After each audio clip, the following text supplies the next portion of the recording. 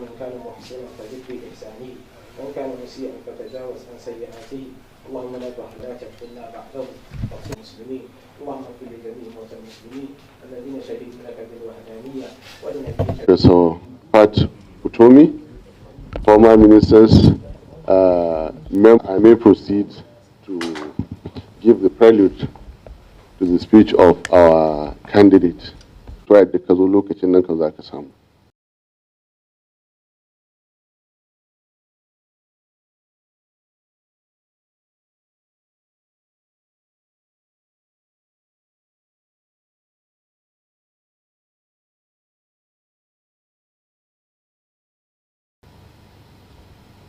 For us, as a party, and Obi-Datti, our commitment in this election is to start the journey of a new Nigeria.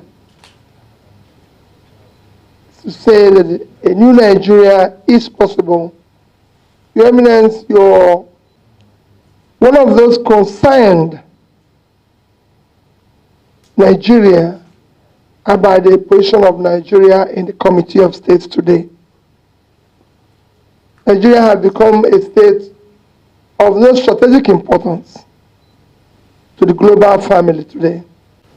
Over the past years, all Nigeria has done is to produce poverty, where we have the highest number of people living in poverty in any country of the world. All we have done is to produce out-of-school children. We have 20 million out-of-school children.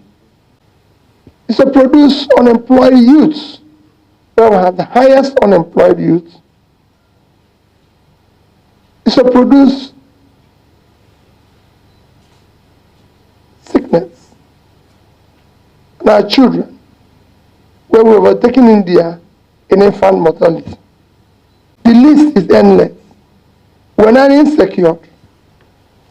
Everywhere you say you want to go in Nigeria, and the first thing people tell you is, why do you have to go there?